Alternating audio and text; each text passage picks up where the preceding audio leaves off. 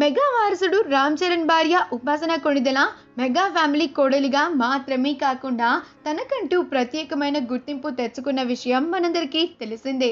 నిత్యం సోషల్ మీడియాలో యాక్టివ్గా ఉంటూనే రకరకాల హెల్దీ టిప్స్, బెల్లమావకాయ రెసిపీస్ లాంటి బోల్డ్ అన్ని విషయాలు అభిమానులతో పంచుకుంటూ ఎన్నో సోషల్ యాక్టివిటీస్లో కూడా చురుగ్గా ఉంటారు. కాగా ఈ మధ్య లాక్డౌన్ సడలించిన తర్వాత ఉపాసన శ్రీశైలం వెళ్లారు. పూజా కార్యక్రమాల అనంతరం అక్కడి గిరిజన ప్రాంతాల వారందరినీ కలిసి వారి కష్టాల గురించి, క్షేమ సమాచారాల గురించి వారితో మాట్లాడారు.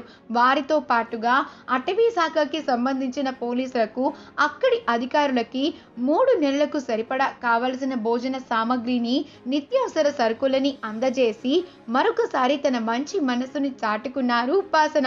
అక్కడి గిరిజన వాసులందరితో కూడా మాట్లాడి సరదాగా కొద్దిసేపు గడిపారామె.